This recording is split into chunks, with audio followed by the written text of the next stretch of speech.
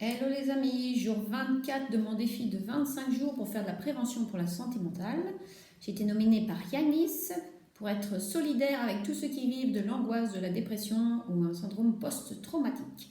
Alors aujourd'hui, on va voir le pouvoir de la générosité. Alors pourquoi? Parce que en fait, on vit, c'est vrai, dans une société de consommation, mais c'est pas ça, c'est pas ce qu'on achète qui nous rend le plus heureux. Il y a en effet des études qui ont montré que le fait d'être généreux pouvait grandement améliorer notre bien-être et même notre santé. En donnant, en partageant, en aidant. Et donc, à quel point de vue? Eh bien, ça impacte positivement notre santé, notre mental et notre bien-être. Il y a une série d'études qui a été menée par une Elisabeth Dune qui a démontré que les personnes qui sont les plus généreuses avec les autres ont en moyenne des taux bien moins élevés de stress et de pression artérielle. Ils ont montré aussi que effectuer des actes de générosité tend à avoir des effets positifs sur la santé cardiaque. Les causes de ces effets positifs sont que en fait, ça agit au niveau des hormones, ça déclenche des sécrétions d'hormones de bien-être. Et donc, ça confirme que plus on est généreux, plus il y aura aussi des conséquences sur la sensation de diminution de stress.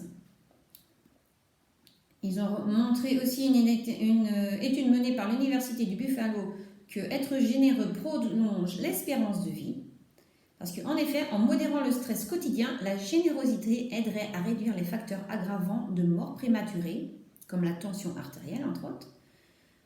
Quand on participe à des programmes de bénévolat, des programmes de dons, des actions de générosité, il y a une étude, une méta-analyse publiée dans le journal Public Health qui a montré que ça permet d'améliorer son bien-être, sa santé, parce que justement aussi on renforce les relations sociales, la coopération, la collaboration. Et que quand on diminue la solitude, alors comme on va être plus empathique, on va aussi réduire les risques de dépression, de stress, de fatigue mentale et on améliorerait ainsi bien-être et santé.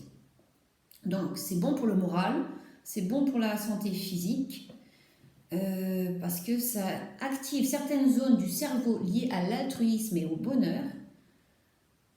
Et sinon, on voit aussi que voilà, faire des actes généreux, même en fonction du montant qu'on donne, il y a une étude menée par l'Université de Zurich qui montre que les personnes même qui font des dons réguliers généreusement à des associations, voilà, sont les plus heureuses. Donc, et ça, c'est dû justement, et ils expliquent aussi, eux, par rapport liés aux facteurs hormonaux, physiologiques et psychologiques et aux facteurs sociaux. Donc voilà, les plusieurs études qui ont été faites se rejoignent. Parce qu'en effet, en construisant des relations sociales plus solides, plus sincères et plus fortes, voilà, on crée des relations plus durables et ça impacte en fait au niveau du bonheur, de la détermination, et ça élève, c'est ça, le niveau de santé, de bien-être et de bonheur. En gros, elles disent toutes la même chose.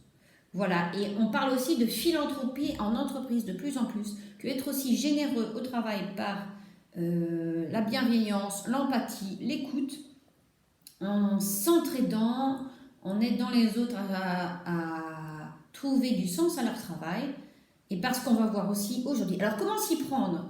Eh bien, tout d'abord, voilà, il y a un super livre qui est génial, ça s'appelle Les langages de l'amour de Gary Chapman.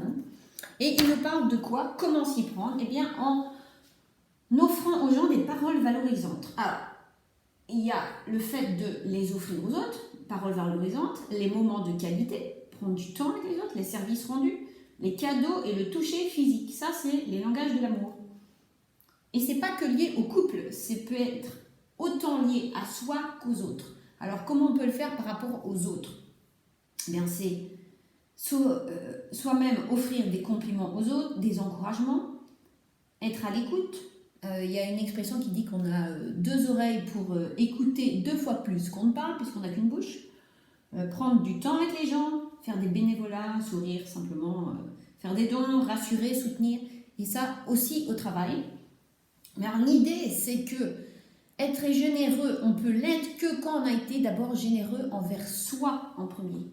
Parce que même les thérapeutes pourront s'en rendre compte, c'est pour ça qu'il y a une tendance au burn-out, c'est que quand on n'a pas pris soin de soi assez, eh bien, on se brûle, on se crame, d'où le burn-out. Donc, l'idée, c'est de prendre soin de soi en premier pour mieux prendre soin des autres. Parce que si on est bien rempli, si on s'est bien offert suffisamment ce qu'on avait besoin, en ayant un discours intérieur positif et valorisant, en prenant du temps pour soi, que ce soit pour méditer, pour faire du sport, passer des bons moments avec des amis, en se rendant service, bah oui, en prenant du temps pour soi, c'est se rendre service puisqu'on arrive à se ressourcer, en s'offrant des cadeaux, bah, du temps pour faire ce qu'on aime, nos loisirs, nos hobbies, du temps avec les amis, avec la famille, des bénévolats.